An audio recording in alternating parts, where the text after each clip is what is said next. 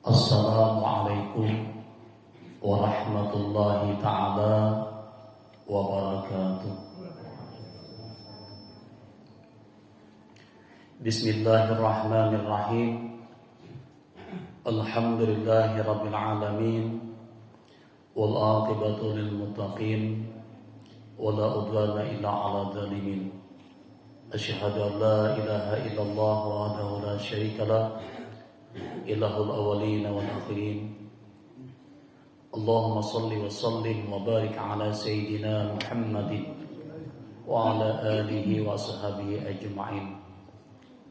La hawla wa la quwata illa billah. La hawla wa la quwata illa billahil aliyyil azim. Amma ba'd. Hadratul muhtaramin wal mukarramin yang Allah muliakan, Bapak Ibu sekalian rahimakumullah yang dirahmati Allah Subhanahu wa taala. Puji syukur alhamdulillah kita panjatkan kehadiran Allah Subhanahu wa taala di mana kita pada malam hari ini kembali sama-sama dapat melanjutkan kegiatan taklim kita. Mudah-mudahan apa-apa yang kita pelajari nantinya bermanfaat, dapat kita amalkan dengan sebaik-baiknya, yang tentunya kita mengharapkan semoga amal ibadah kita diterima oleh Allah Subhanahu wa taala. Salawat dan salam semoga terlimpah dan tercurah selalu kehadiran junjungan kita baginda Rasulullah, para sahabat, kerabat, pengikut beliau hingga akhir zaman. Melanjutkan pembicaraan kita di bulan yang lewat, kita telah berbicara tentang tanda-tanda orang yang beruntung atau selamat hidupnya di dunia dan di akhirat. Kemudian kita melanjutkan kebalikannya, tanda-tanda orang yang rugi hidupnya di dunia, lebih-lebih lagi di akhirat. Summa qala wa alamatu syaqawah aidan ihda asyarata.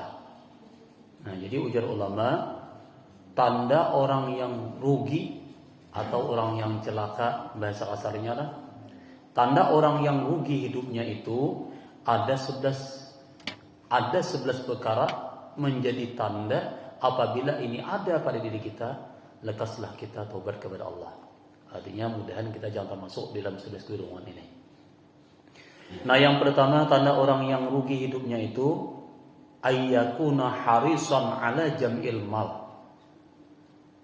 Orang ini semata-mata hidupnya itu terfokus untuk mengumpulkan harta sebanyak-banyaknya. Tamak dalam artian kayak apa supaya sugih. Pikiran itu sugih terus ya. Sugihnya di segi harta. Nah, itu bukan. Padahal kan ujar Rasulullah, laisal gina an kasratil mal, lakinil gina gina nafsi. Sebenarnya kaya itu bukan terletak pada harta. Walaupun kita perlu harta, sebenarnya yang bujur-bujur kaya itu janabilah ginan nafsi, kaya hati. Nah, sugih hati itu maksudnya apa? Sugih dengan ilmu, dengan amal, ya, dengan ibadah kepada Allah. Itu yang dimaksud hakikat sugih. Bahkan kalau manusia ini, kalau kita melihat daripada hadis Rasulullah, lau kana libni adama wadiyani min zahabin. Andai kata anak Adam itu Nabi punya 2 jurang emas. Wadiyani 2 jurang. Ini jurang ini benar kada usah jipian 2 kilo mayuai. Yalah. 2 kilo bisi emas nih. Niscaya jawabnya lawan nih. Niscaya manusia itu akan mencari ke 3 kilo. Dapat 3, anak 4. Dapat 4, seterusnya. Tidak akan ada puas-puasnya hati manusia ini, anak Adam ini. Hatta ya Nabi, apabila sehingga mulutnya itu apabila sudah disumpal dengan tanah. Nah, jadi kalau sudah disumpal lawan tanah itu hanya puas kok. Artinya apa? Sampai meninggal dunia. Itu kalau masalah hanya terfokus kepada harta. Kita lihat sedikit sejarah, yaitu sahabat baginda Rasulullah Sa'labah. Sa'labah ini dahulunya adalah seorang yang ahli ibadah, orang yang rajin salat berjamaah, ya, tidak ketinggalan, itu selalu berada di belakang Rasulullah. Namun beberapa kali suatu ketika Sa'labah ini seringkali meninggalkan setelah sembahyang itu. Sa'labah ini langsung mulik kada bertahan, kada membaca wirid, kada berwirid nih. Sa'labah ini kada berwirid. Ditanya oleh Rasulullah, wahai Sa'labah, kenapa ikam tu maka burik kada kon berwirid? Dah kon nyaman kah? Dah kon sugih kah? Berarti kan wirid itu amalan sugih juga. Kenapa sugih iman? Makanya ada salah satu tanda orang ini akan mendapatkan husnul khatimah, terpelihara imannya itu, yaitu dengan rajin mengamalkan wirid. Wirid itu adalah salah satu amalan supaya kita ini mendapatkan husnul khatimah. Nah, jadi Nabi kehendak. Lalu dijawab oleh Sa'labah ini, ujar Sa'labah, ya Rasulullah, ulun ni hendak benar Rasulullah melaksanakan berwirid hendak benar. Tapi ulun ini, bila ulun bertahan di sini, di masjid ini kada boleh ke rumah, bini ulun kada kawasan sembahyang. Karena baju pakaian yang ulun pakai ini nantinya akan dipakai oleh istri ulun di rumah untuk sembahyang. Nah, ya, ini menandakan betapa susah dan miskinnya Sa'labah. Mungkin kita ini maaf bu, di rumah hibak awan, lamari hibak lawan pakaian. Apalagi nih, yakin aja Allah. Nah ternyata beberapa hari kemudian Sa'labah ini minta kepada Rasulullah. Ujar Sa'labah, ya Rasulullah, tolong doakan ulun nih supaya jadi orang sugih. Nah, minta kepada Nabi supaya didoakan menjadi orang yang sugih. Apa jawab Rasulullah? Ujar Nabi, mai wae kalau sudah, wahai Sa'labah, cukup baik kamu kayak itu. Nabi tahu wae, tapi Sa'labah ini tetap merengik-rengik nih. Sahakali, 2 kali, beberapa kali minta. Ujar Nabi, mereka itu ayo wae. Lalu didoakan Nabi menjadi orang masugi dan diberikan 1 ekor kambing, katakan yang sudah bunting. Nah, berikan itu salahnya. Nah, setelah diberikan kambing Sa'labah ini, anaknya ini, masya Allah, mana banyak sekali beranak, mana pula enggak lancak. Hari demi hari, minggu berganti bulan, bahkan berganti tahun, yang akhirnya Sa'labah ini sudah hampir penuh jurangnya itu dengan kambing Sa'labah tadi. Nah, apa yang terjadi? Sa'labah ini mulai sudah kewalahan. Yang tadinya rajin berjamaah mulai kada kelihatan. Nah, kada kelihatan karena orang azan ciin abut napa mengurusi kambing ke dalam kurungan. Itu isyaratnya. Akhirnya bahkan pada saat sudah sampai zakat nisabnya, Sa'labah ini sudah mulai enggan mengeluarkan karena apa? Merasa banyak yang akan dikeluarkan. Bahkan Sa'labah sudah kada lagi mempedulikan daripada masalah zakat. Nah, akhirnya beberapa kali ditagih, ujar Nabi, andai kata aku meninggal dunia, Sa'labah itu jangan lagi diterima, jangan. Nah, kenapa Nabi ucap itu? Maka akhirnya setelah wafatnya Rasulullah, harta Sa'labah ini semua musnah. Orangnya pun juga akhirnya matinya pun ada mengatakan su'ul khatimah. Naudzubillah. Nah, jadi apa? Ini penyebab kesimpulan apa ya? Bahwa manusia ini terkadang diuji dengan kemiskinan masih kuat imannya.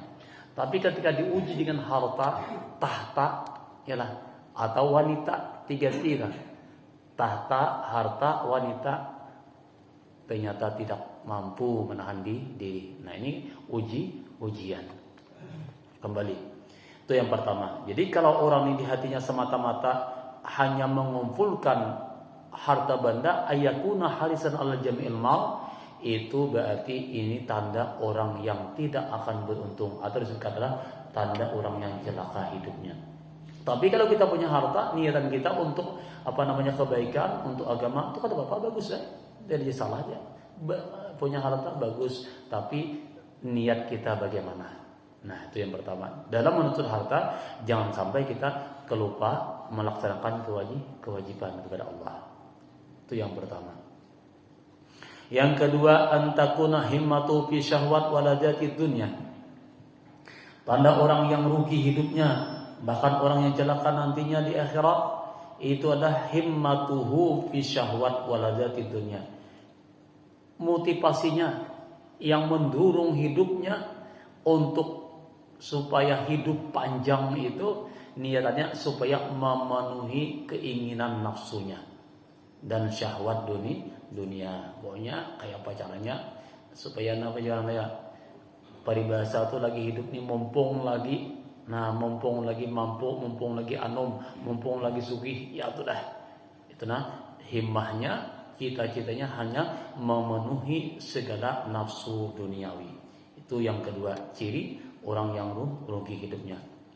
Kalau kita lihat singkatnya, cerita secara singkat itu misalnya nih,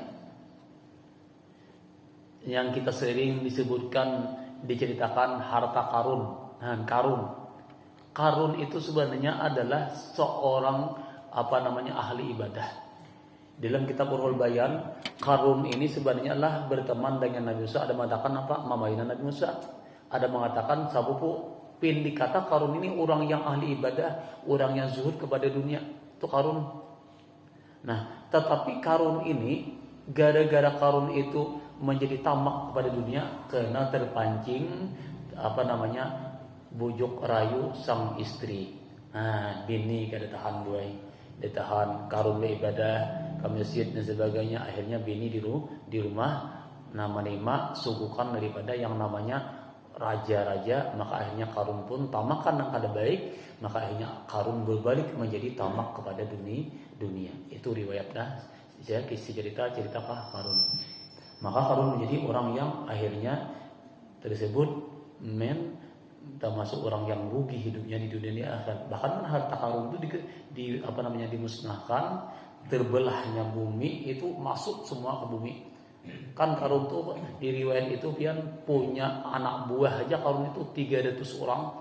Budak ini 150 perempuan, 150 laki-laki. Bila karun itu turun dengan kudanya yang putih itu diiringi dengan 300 orang nih kiri kanan, belum lagi 6 pengikutnya. Karun ini punya baju aja, baju itu 3.000 lembar.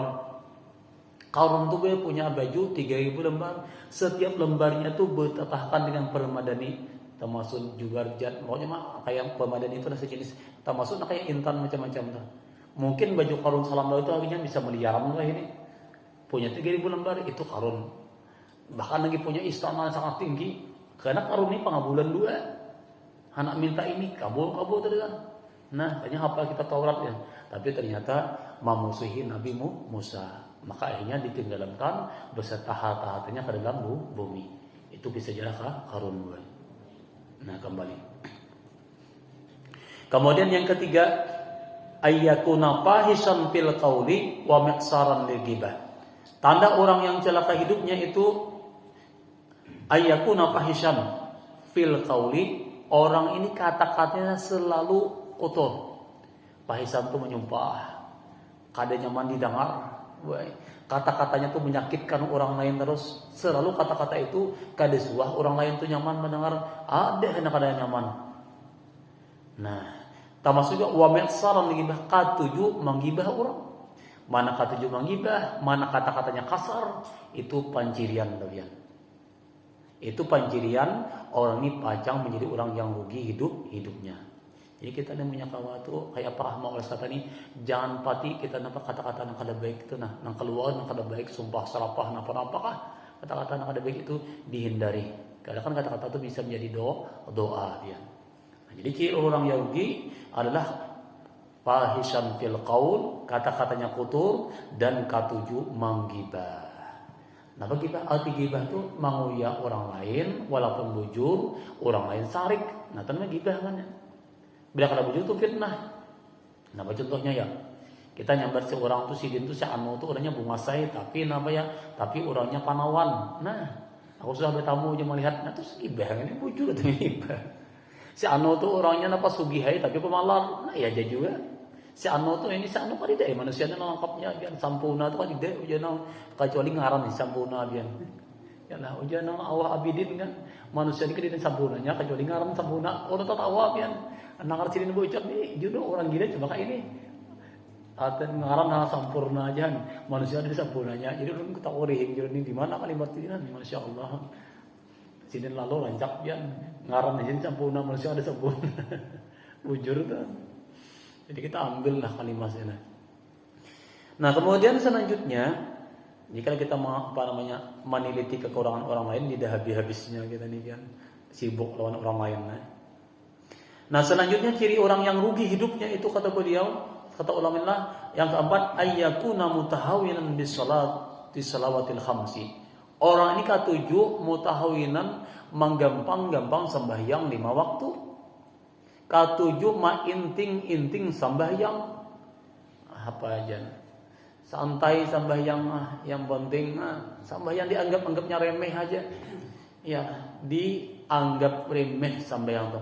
Tidak menjadi ukuran. Yang penting nyaman di dunia itu, yang penting hidup sugih loh, yang penting usaha banyak, yang penting banyak berduit. Soal sembahyang kadanya tuh kayak naduh loh.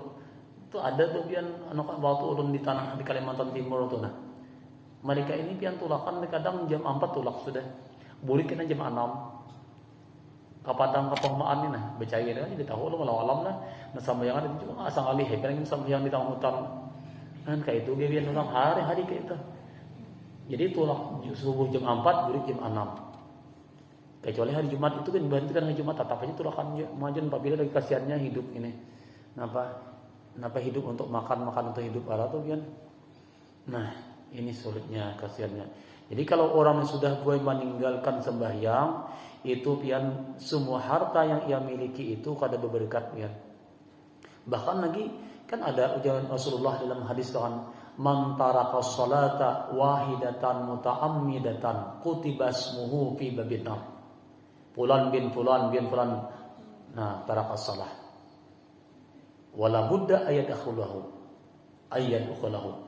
Bila orang ini basing haja meninggalkan 1 kali sembahyang fardu, 1 kali ibadah fardu basing haja kada tobat, kada sembahyang nih, maka ditulis namanya oleh malaikat di pintu neraka ganal-ganal. Si anu bin si anu kada sembahyang hari ini.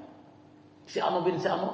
Nah, bila banyak benar, nah berarti orang tuh pasti akan masuk ke dalam api neraka. Ya Allah. Ini sama halnya yang ibadah biasa kasar orang ada sembahyang tuh, hai malaikat daftarkan aku masuk neraka. Jadi kalau apa ya? Kalau umpamanya ada ilmu nang pina harap nikam je ibadah sembahyang mun tantu masuk surga. Aku nak ada sembahyang mun tantu masuk neraka. Bujur kalau dipandang ilmu hakikat, dipandang masyiatillah, tapi Allah tidak akan ingkar janji. Kenapa? Karena di dalam ilmu tasawuf kullun muyassarun lima khuliqalah. Itu dalam tasawuf di dalam Sirajut Talibin Imam Ghazali di situ kata beliau kullun muyassarun lima khuliqalah. Orang itu manusia itu dimudahkan jalannya untuk apa yang diciptakan. Bila manusia itu diciptakan untuk masuk neraka, maka dimudahkan jalannya menuju neraka. Kenapa? Ya tidak ada sembahyang di antaranya. Kada puasa, kata-katanya kasar, lawan dunia tamak. Nah, itu ciri itu berarti muyassarun enggak? Dimudahkan jalannya menuju neraka, maka ia masuk neraka. Nah, apabila orang itu akan dijadikan Allah untuk mendapat surga, maka dimudahkan jalannya menuju surga, berarti beramal itu ciri. Jadi kalau untuk ibadah amal berarti ciri pajang masuk surga. Bila orang maksiat itu ciri pajang masuk neraka, walaupun secara hakikat kan surga, amal ibadah itu kadang memasukkan kita dalam surga, tapi inna rahmatullah qaribun minal muhsinin. Nah, itu cirinya. Ya lah. Di dalam hadis Nabi yang lain kata Nabi, almar'u yamutu bima asya'alai. Orang ini akan dicabut nyawanya oleh Allah itu menurut gawiannya selama hidup di dunia. Mun mahir gawiannya balak sangat sahmar. Yalah nang hitung terus ketika anak mati pian talakinakan aja la ilaha illallah pasti sahmal bah. Atau nana happy hatarusnya. Kalau main game hatarus dia no. Talakinakan atau lagu dangdut hatarus lagu-lagu nang nostalgia deh. Yalah, talakinakan itu keluar tuh pian nostalgianya. Kenapa? Karena lidah kitanya sudah menjadi biasa. Nah, makanya kan para aulia itu mereka setiap detik waktu tuh ingat kepada Allah, maka mudahlah keluar kalimat Allah. Jadi orang ini, ujar Nabi, almaru yamutu indama asya'alai, bima asya'alai. Jadi orang itu akan mati menurut gawiannya selama hidup di dunia. Jadi jangan aneh pian. Itu secara ini hadis baginda Rasulullah sallallahu alaihi wasallam. Nah, kembali. Selanjutnya lagi. Jadi hati-hati nah bila orang ada sembahyang tuh naudzubillah semua itu rugi itu maksudnya. Yang selanjutnya lagi yang kelima antakuna subatuhu ma'al fujjar. Tanda orang yang rugi hidupnya nih, tanda orang yang celaka nantinya suhbatuhu ma'al fujjar. Kawan-kawannya katuju nang kada baik pas kalakuan nih. Napa ya? Sahabatnya itu sama, nya di sana sama nih tuh. Ya, sama pada wow. Pada wow paham kalau sama kelakuan. Jadi kawan-kawannya, sahabatnya nang sairama kawaninya. Nah, itu nama juga termasuk ciri nih tah. Kita hati kawan bagian mempengaruhi juga. Selanjutnya lagi yang keenam ayyakuna sayal khuluqi. Ciri orang yang rugi hidupnya ini sayal khuluq. Perangainya, wataknya, akhlaknya kada baik. Nah, kada baik tuh Bang. Ibaratnya apa ya? Tata krama, adab, kelakuan, pokoknya ngalihannya gitu. Akhlaknya ini sangat kada baik. Nah, itu kan makanya Nabi innama buistu liutammima makarimal akhlak. Nabi itu diutus untuk menyempurnakan akhlak dengan manusia, akhlak dengan Tuhan, akhlak dengan Tuhan, dengan anum itu berakhlak. Contoh lihat dia. Sayyidina Umar bin Khattab. Sayyidina Umar itu pernah beliau ini ketika turun ke tanah Sidin di tengah jalan dalam mengatakan Sidin hendak ke masjid nih bertamu lawan kakanak ini pas serahatan memain-mainkan satu ekor burung pipit. Jadi burung pipit itu di jadatnya berarti sebelah imbah itu di ambungnya lawan tali kan jadatnya lawan tali lawan nih. Napa kita namanya lawan benang kah atau lawan nilon kah? Ambungnya, imbah talabang juhudnya, imbah tali. Dapat pulang kan ambungnya pulang. Jadi burung ini menjadi permainan daripada sang anak tadi. Lalu Sidin maras, tunjukkan ke sini dulu ikam. Ikam jual mulah burung burung pipit tuh usfur. Nah, burung pipit kan ya. Dijual mulah jakan ini kada. Nah, ikam akan menjual untuk hari ini lalangnya Sidin. Menang banyak larang, anak-anak cepat menjual. Imbah dijual, lawan Sidin untuk kali Sidin, pacul Sidin talinya, lalu lapas Sidin. Karena malasnya kepada satu ekor burung pipit nih. Kita biasa apa ya nyatakan nih. Nah, imbah itu satu riwayat pada saat Sayyidina Umar ini meninggal dunia, maka ditanyalah, "Kaifa engkau wahai Umar?" Kata Sayyidina Umar, "Semua amal ibadahku itu tidak dipandang Allah. Tetapi Allah memandang kebaikanku, yaitu Allah memandang kebaikanku hanya dengan aku merasa iba dengan satu ekor burung pipit ketika berada di tangan kanak-kanak. Aku beli dan aku lepaskan. Maka dengan sebab aku melepaskan burung pipit itu, maka aku dibebaskan Allah daripada yang namanya siksa neraka." Nah, itu riwayat apa? Jadi kita namanya barangkalinya amal yang sedikit tapi dengan adanya rahmah itu barangkalinya itulah yang menyebabkan kita masuk surga. Tapi barangkalinya amal kita yang besar belum tentu diterima Allah kalau niatnya nak ada baik. Itu banyak yang sedikit aja. Ialah sedikit dengan rahmah itu bisa diterima Allah. Contoh lagi yang lebih luas, seorang perempuan yang sundal. Perempuan yang dikatakanlah jablay. Nah, jablay jarang dibelai. Nah, paham seolah jablay itu bahasa kita apa ya? Warung remang-remang lah. Tahu lah. Atau warung pas lah. Pokoknya berapa kan duit 50 ke 100 pas terus lah. Bila mau anjak di situ biar hati-hati itu singgah. Nah di situ ternyata perempuan ini pada setelah pulang dari tempatnya tadi, di tengah jalan melihatlah satu ekor anjing kehausan hendak mati. Lalu anjing ini lalu timbullah perasaan iba seorang perempuan tadi maras terhadap anjing tadi karena kehausan, turun ke bawah macul saluk, kemudian cibuknya banyu kan di jurang naik ke atas, lalu diminumkannya ke anjing tadi. Imbah diminumkannya balik ke rumah, maka pada saat itu juga Allah tutup hatinya nang tadi biasa berbuat maksiat, dibukakan Allah Ta'ala hidayah. Maka perempuan itu tobat kepada Allah, akhirnya menjadi orang yang salihah dan matinya jadi husnul khatimah. Hanya penyebabnya meminumi satu ekor anjing mughalazah. Nah, kita lihat barangkalinya kita misalnya barang sedikit aja kebaikan kita itu barangkali dipandang Allah Subhanahu wa taala. Itu banyak riwayatnya biar. Nah, kembali. Itu jadi hati-hati sayul khalqi ini orang yang kelakuannya kada baik itu maka jauh daripada rahmat Allah. Nah, bahkan nanti bisa menjadi penyebab orang masuk neraka, naudzubillah. Ada kan malaikat ini setiap hari itu kan yang namanya malaikat hafazah. Malaikat hafazah ini setiap hari membawa siang dan malam, itu malaikat siang turun, malaikat malam naik. Itu mereka membawa amal hamba ini.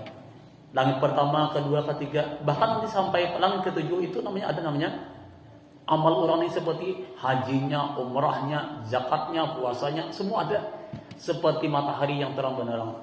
Tapi pada sampai langit yang ketujuh itu ditolak oleh malaikat. Kembalikan amalnya kepada yang punya nih. Kenapa? Karena orang ini kada punya sifat maras, kada punya sifat rahmah kepada makhluk Allah. Masya Allah. Makanya Nabi irhamu man fil ard yarhamukum man fis sama. Kasih sayangilah makhluk Allah yang di muka bumi, maka makhluk Allah yang ada di atas langit mengasihi sayangi. Ya kita nih makawa jangan menyakiti makhluk Tuhan. Wah, apalagi dengan apa-apa makawa itu barangkalinya itu bisa mendapat kita akan kerugian. Nabi Sulaiman kan bagaimana kisahnya lawan Samud ya. Itu cerita Allah. Apalagi kita nih tahu namanya boy maaf hukumnya haram kita tuh boy menyiksa binatang dengan api. Samud batal punya menyengat, tiba-tiba kita ambil api, ambil minyak salkot, nah itu hukumnya haram ya. Karena orang berendah itu hanya Allah Subhanahu wa taala, ada boleh kita menyiksa dengan api. Nah, selanjutnya tanda orang yang rugi hidupnya adalah ayyakuna mukhtalan fakhura, sombong. Nah, sombong itu cirinya nih. Itu banyaklah sombong itu juga termasuk orang yang rugi hidupnya. Kemudian yang selanjutnya lagi wa ayyakuna,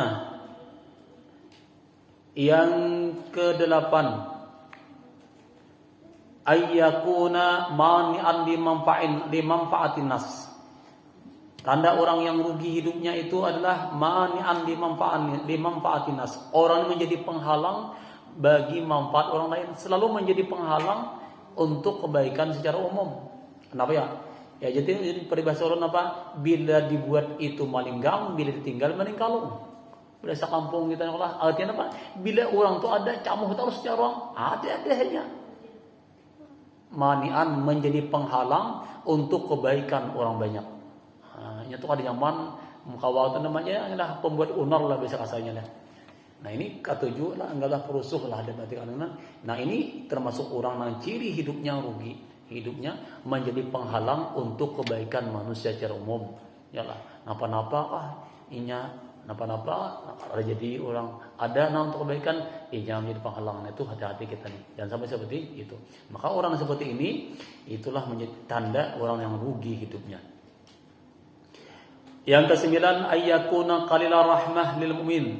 Tanda orang yang rugi hidupnya adalah orang yang sedikit sifat rahmah, sifat kasih sayang terhadap orang mukmin. Umum jika kita ni mukmin lah secara kan khairun nas anfa'ukum linnas Nabi kan. Manusia yang paling baik itu manfaatnya paling banyak untuk orang lain. Jika kita ni bagaimanakah jangan sampai menyakiti orang mukmin. Ini ada kan bahari kisahnya nang orang lain menjadi penghalang terus. Nah, bukan kebaikan sebaliknya. Jalan misalnya ke padang ke paumaan ini menjadi penghalang. Atau misalnya baharin membuat apakah kita walaupun duri di tengah jalan tuh kita buang itu niatan kita supaya jangan orang terinjak, bukan istilah dia anaki yang makin anak walalu orang tuh banget badan itu Laos apa? Niatan kita selalu untuk kebaikan orang lain. Makanya ada doa nang rahmah kan Allahumma fil lil mu'minina wal mu'minat kan istighfar.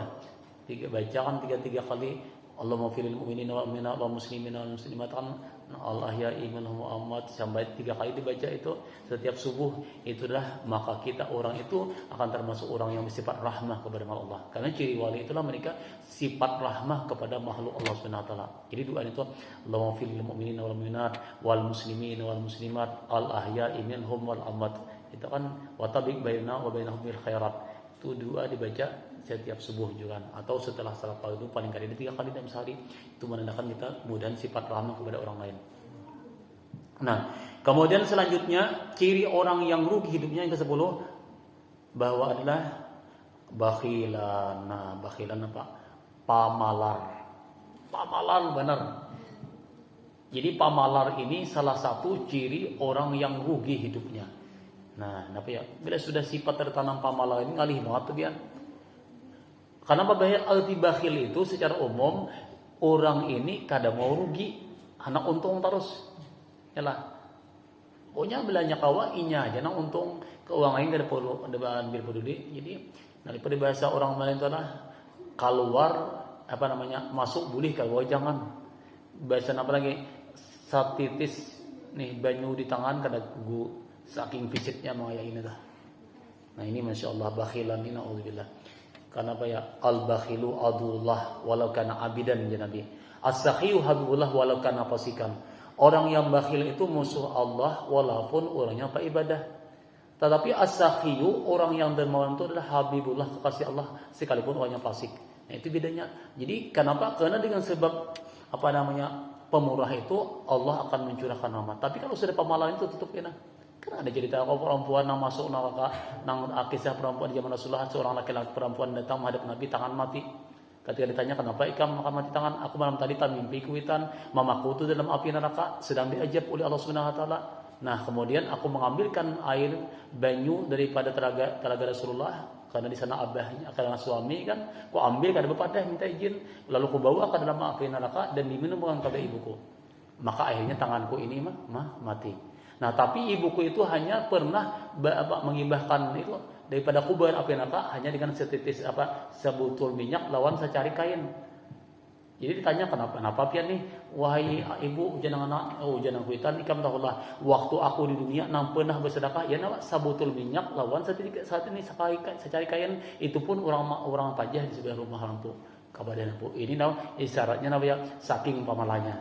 Nah, jadi orang yang pemalas itu dekat dengan neraka jauh daripada surga. Nah ini kan bakhil. Jadi cuma kita nih lihat orangnya juga. Dalam artian sesuai kata kita nih.